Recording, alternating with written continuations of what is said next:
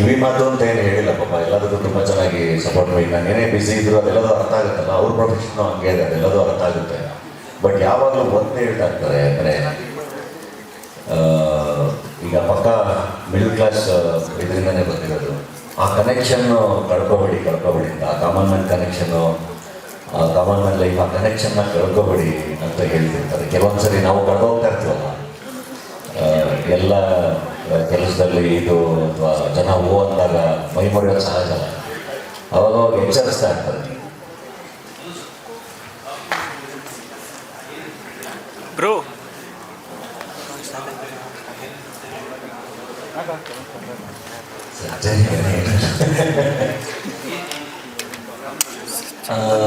ಅಂದರೆ ನಮ್ಗೆ ಯಾವಾಗಲೂ ಒಬ್ಬನೇ ಇರೋದೇ ಚಂದ ಅಂತ ಅನ್ಸೋದು. ಒಬ್ಬನೇ ಇರೋದು ಚೆನ್ನಾಗಿದೆಯಲ್ಲ, ಹಿಂಗೆ ಬಿಟ್ರಲ್ವ, ತುಂಬ ಸ್ವತಂತ್ರವಾಗಿರ್ತೀವಿ, ಆರಾಮಾಗಿರ್ತೀವಿ, ಯಾರು ಹೇಳೋಕ್ಕೆ ಕೇಳೋರು ಯಾರು ಇರಲ್ಲ, ಅನಿಸಿದ್ದೆಲ್ಲ ಮಾಡ್ಕೊಂಡು ಹೋದಲ್ಲ ಅಂತ.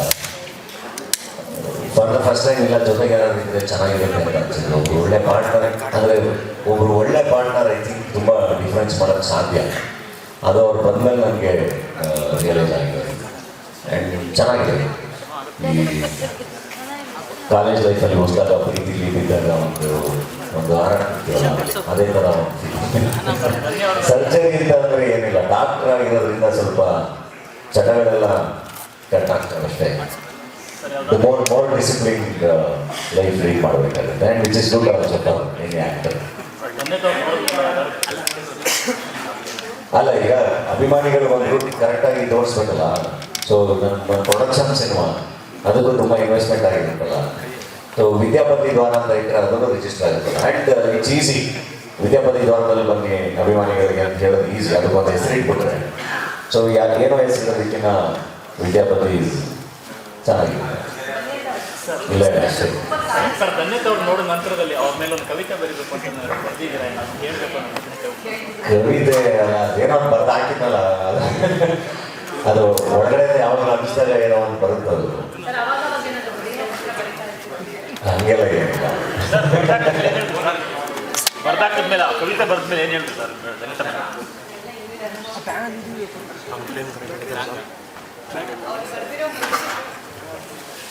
ಮುಂಚೆಯಿಂದ ಬರ್ದಿರೋ ಎಲ್ಲ ಸಾಹಿತ್ಯ, ಒಟ್ಟೆ ಲಿರಿಕ್ಸ್ ಎಲ್ಲ ತುಂಬಾ ಅಪ್ರಿಷಿಯೇಟ್ ಮಾಡಿರ್ತೀನಿ.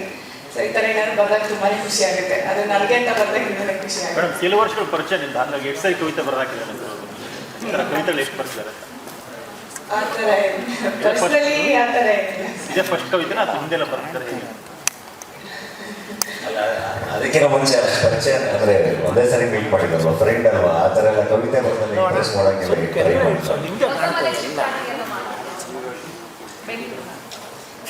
ಶಿಫ್ಟ್ ಆಗಿಲ್ಲ, ನೀವು ಶಿಫ್ಟ್ ಆಗಬೇಕು.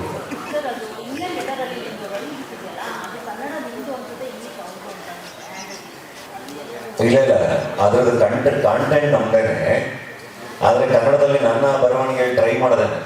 ಆಮೇಲೆ ಮೋಸ್ಟ್ಲಿ ಯಾರಿಗೂ ಅರ್ಥ ಆಗಲ್ಲ, ತುಂಬ ಕಷ್ಟ ಆಗುತ್ತೆ ಅಂತ ನಮ್ಮ ಬಾದಲತ್ರನೇ ಬರ್ಸಿದ್ರು. ಯಾಕಂದರೆ ಬಾದಲದು ಹ್ಯಾಂಡ್ ತುಂಬ ಚೆನ್ನಾಗಿತ್ತು. ಸೊ ಅದರಲ್ಲೇ ಬರ್ಸಿದ್ವಿ. ಏನಿಲ್ಲ, ಯಾವಾಗ ಅರ್ಜೆಂಟಿಗೆ ಈ ಬಟ್ಟೆ ಅದು ಇದು ಬೇಕು ಅಂದರೆ ಶಾಪಿಂಗ್ ಮಾಡ್ತಾ ಇರ್ತಾರೆ ಮಧ್ಯ. ಅಲ್ಲ, ಅವ್ರು ನನಗೆ ಶಾಪಿಂಗ್ ಮಾಡ್ತಿರ್ತಾರೆ. ಅದೇ ಕೆಲವೊಂದ್ಸರಿ ಕೇಳ್ತಾ ಇರ್ತೀನಿ, ಏನು ಇಷ್ಟೊಂದು ಕೆಲಸ ಮಾಡಿದೀಗ, ಸಂಜೆ 6 ಗಂಟೆ 7 ಗಂಟೆ ಆದ್ರೆ ಇನ್ನೊಂದು ಪೇಷಂಟ್ಸ್ ಇದ್ದಾರೆ ಅಂತೆಲ್ಲ ಕೆಲಸ ಮಾಡ್ತಿರ್ತಾರಲ್ಲ. ಕೇಳ್ತಾ ಇರ್ತೀನಿ, ಅವಾಗ ಏನು ಮಾಡೋದು, ಇವಾಗ ನಿಮ್ಮನ್ನು ಮೇಂಟೈನ್ ಮಾಡೋದು ತುಂಬ ಕಷ್ಟ, ಹೈ ಮೇಂಟೆನೆನ್ಸ್ ನೀವು, ಅದಕ್ಕೆ ಜಾಸ್ತಿ ಕೆಲಸ ಮಾಡ್ತಾ ಇದ್ದೀನಿ. ಮದುವೆ ಹತ್ರ ಬರ್ತೀನಿ ಒಂದಷ್ಟು ಭಯ ಕಾಡುತ್ತೆ. ಯಾಕಂದರೆ ಸಾಮಾನ್ಯವಾಗಿ ಇದ್ದಾಗ ಈಗ ಯಾರದೇ ಕಷ್ಟ ಆದರೂ ಮುಂದೆ ನಿಂತ್ಕೊತಾರೆ, ಓಡೋಗಿ ಎಷ್ಟೊತ್ತಾದರೂ ಎಲ್ಲೆಲ್ಲೋ ಓಡಾಡ್ತೀರಿ, ಸುತ್ತಾಡ್ತೀರಿ, ಸಹಾಯಕ್ಕೆ ನಿಂತ್ಕೊತಾ ಇದ್ರಿ. ಈಗ ಹೀಗೆ ನಿಭಾಯಿಸೋದಿದೆಯಲ್ಲ ಎರಡನ್ನು, ಕಷ್ಟಗಳಿಗೆ ಸ್ಪಂದಿಸ್ತಾ ಇದ್ರಿ, ಸುತ್ತಾಡ್ತಾ ಇದ್ರಿ, ಜವಾಬ್ದಾರಿ ಜಾಸ್ತಿ ಆಗಿ ಮದುವೆ ಹತ್ರ ಬರ್ತಿದ್ದಂಗೆ ಭಯ ಕಾಡ್ತಾ ಇದೆಯಲ್ಲ. ಯಾವ ಕಷ್ಟಗಳಿಗೆ? ಇಂಡಸ್ಟ್ರಿ ಆಗಲಿ, ಗೆಳೆಯರದಾಗಲಿ, ಏನೇ ಆಗಲಿ.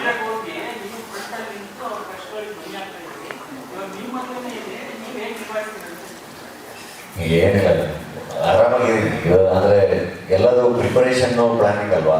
ಪ್ರಿಪರೇಷನ್ ಚೆನ್ನಾಗಿದ್ದಾಗ, ಪ್ಲ್ಯಾನಿಂಗ್ ಚೆನ್ನಾಗಿದ್ದಾಗ ಐ ಥಿಂಕ್ ಎಕ್ಸಿಕ್ಯೂಷನ್ ಚೆನ್ನಾಗಿ ಆಗ್ತಾ ಇದೆ. ಎಲ್ಲ ಫ್ರೆಂಡ್ಸು ನಮ್ಮ ಜೊತೆಗೆ ನಿಂತಿದ್ದಾರೆ, ತುಂಬ ಜನ ಇಲ್ಲೂ ಇದ್ದಾರೆಲ್ಲ ಫ್ರೆಂಡ್ಸು. ಆಮೇಲೆ ನಮ್ಮ ಟೀಮು, ನಮ್ಮ ಡಾಲಿ ಪಿಕ್ಚರ್ಸ್ ಟೀಮಿಂದ ಹಿಡಿದು ಎಲ್ಲರೂ ತುಂಬ ಜನ ಕೆಲಸ ಮಾಡ್ತಾ ಇದ್ದಾರೆ. ಸೊ ಎಲ್ಲ ಟೀಮ್ಗಳು ಮಾಡ್ಕೊಂಡಿದ್ವಿ. ಆ 2 ದಿನ ತುಂಬ ನೀಟಾಗಿ ಎಕ್ಸಿಬಿಷನ್ ಆಗುತ್ತೆ. ಅದಕ್ಕೆಲ್ಲ ಏನೇನು ಬೇಕೆಲ್ಲ ಮಾಡ್ತಾ ಇದ್ದೀವಿ. ಸೊ ಹಾಗಾಗಿ ಆರಾಮಾಗಿದ್ದೀವಿ.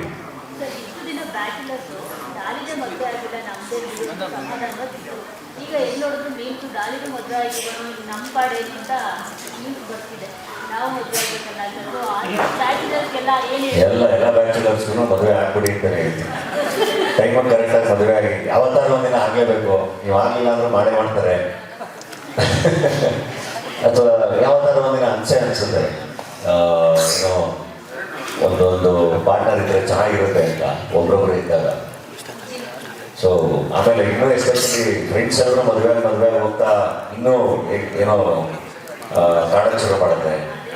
ಸೊ ಬೆಟರ್ ಟೈಮಲ್ಲಿ ಕರೆಕ್ಟಾಗಿ ಒಳ್ಳೆ ಹುಡುಗಿ ಸಿಕ್ಕಾಗ ಮದುವೆ ಆಗ್ಬಿಡಿ ಅಂತ ತುಂಬ ಯೋಚನೆ ಮಾಡಿ ತಲೆ ಕೆಡಿಸ್ಕೊಂಡು ಅದೆಲ್ಲ ಏನು ಮಾಡಿ ಮದುವೆ ಆಗಿ. ಸರ್, ಬಡವ್ರ ಮಕ್ಕಳು ಬೆಳಿಬೇಕು ಅಂತ ಹೇಳ್ತಾ ಇದ್ರು. ಸೊ ಎಲ್ಲ VIP ಗಳಿಗೆ ಇನ್ವಿಟೇಷನ್ ಕಾರ್ಡ್ ಕೊಟ್ಟು ಓಡಾಡ್ತಾ ಇದ್ದಾರೆ. ಯಾಕೆ ಕೊಡಬಾರ್ದು ಅವ್ರಿಗೆಲ್ಲ ಇನ್ವಿಟೇಷನ್? ಸರ್ ಕೊಡ್ಬೇಕು, ಬಟ್ ಬಡವ್ರ ಮಕ್ಕಳು ಬೆಳಿಬೇಕಂತ ಹೇಳಿದ್ರಲ್ಲ, ಅವ್ರಿಗೆ ಕೊಟ್ಟಿರೋದು ಎಲ್ಲೂ ಕಾಣಿಸ್ತಾ ಇಲ್ಲ. ಎಲ್ಲ ಸೆಲೆಬ್ರಿಟಿ ಅಲ್ಲ, ಎಲ್ಲರಿಗೂ ಕೊಟ್ಟಿರ್ತೀವಿ. ಈಗ ನನ್ನ ಅಭಿಮಾನಿಗಳು ಸಿಕ್ಕಾಗ ನನ್ನ ಅಭಿಮಾನಿಗಳಿಗೆ ಇನ್ವಿಟೇಷನ್ ಕೊಟ್ಟಿರ್ತೀನಲ್ಲ, ಅದು ವೈರಲ್ ಆಗಿರಲ್ಲ ಅಷ್ಟೇ ನಿಮಗೆ. ಯಾಕೆಂದ್ರೆ ಅವ್ರು ನಿಮಗೆ ಗೊತ್ತಿರಲ್ಲ. ಅಥವಾ ನಾನೆಲ್ಲೋ ಕರೆಯೋಕೆ ಹೋದಾಗ ಒಬ್ಬರು ಸೆಕ್ಯೂರಿಟಿ ಗಾರ್ಡ್ ಇರ್ತಾರೆ ನನಗೆ ಗೊತ್ತಿರೋರು. ನಾನು ಎಲ್ಲೋ ಹೋದಾಗ ಅಲ್ಲೆಲ್ಲೋ ನನಗೆ ಗೊತ್ತಿರೋ ಕುಕ್ ಇರ್ತಾರೆ, ನನಗೆ ಗೊತ್ತಿರೋ ಎಷ್ಟೊಂದು ಜನ ಇರ್ತಾರಲ್ಲ, ಅವ್ರನ್ನೆಲ್ಲ ಕರೆದಿರೋದು ನಿಮಗೆ ಗೊತ್ತಾಗಿರಲ್ಲ.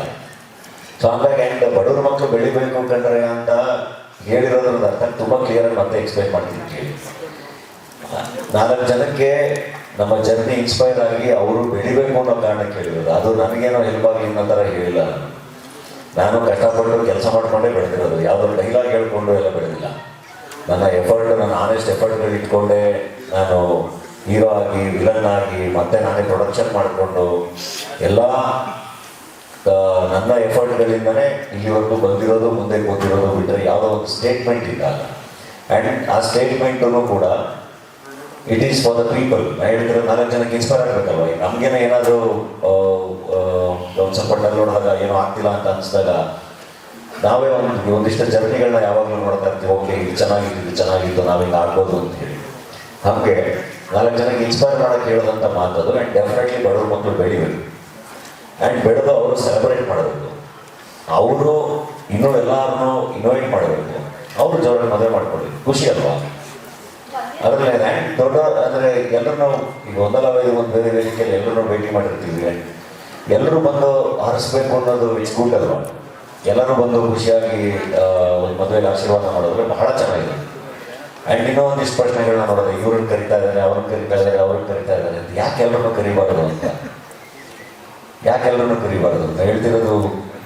ನಾವು ನಮ್ಮ ಯಾರ ಜೊತೆ ಏನಾದ್ರು ಡಿಫ್ರೆನ್ಸಸ್ ಇದ್ರೂ ಅವ್ರನ್ನೂ ಕರಿಬೇಕಲ್ವ. ಒಂದು ಹಳ್ಳಿಲಿ ಅಣ್ಣ ತಮ್ಮರಿಗೆ ಕರ್ಕೊಂಡಿರ್ತಾರೆ, 2-3 ಪಾರ್ಟಿ ಮಾಡ್ಕೊಂಡಿರ್ತಾರೆ, ಏನೇನೋ ಜಗಳ ಆಡಿರ್ತಾರೆ, ಎಲ್ಲ ಮಾಡಿರ್ತಾರೆ, ಮಾತೇ ಬಿಟ್ಟಿರ್ತಾರೆ.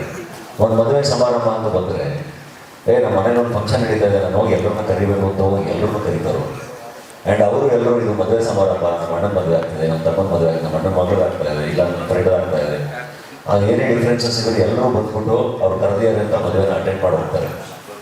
ಸೊ ಈ ಥರದ ಒಂದು ಶುಭ ಸಮಾರಂಭ ಎಲ್ಲರೂ ಸೇರೋಕ್ಕೆ ಒಂದು ಅದ್ಭುತವಾದ ವೇದಿಕೆ ಆದರೆ ಅದರಲ್ಲಿ ತಪ್ಪೇ ಇದೆ. ಹಾಗಾಗಿ ಎಲ್ಲರೂ ಬರಬೇಕು, ಎಲ್ಲ ತುಂಬ ಖುಷಿಯಿಂದ ಬಂದು ಎಲ್ಲರೂ ಹರಿಸ್ಬೇಕು.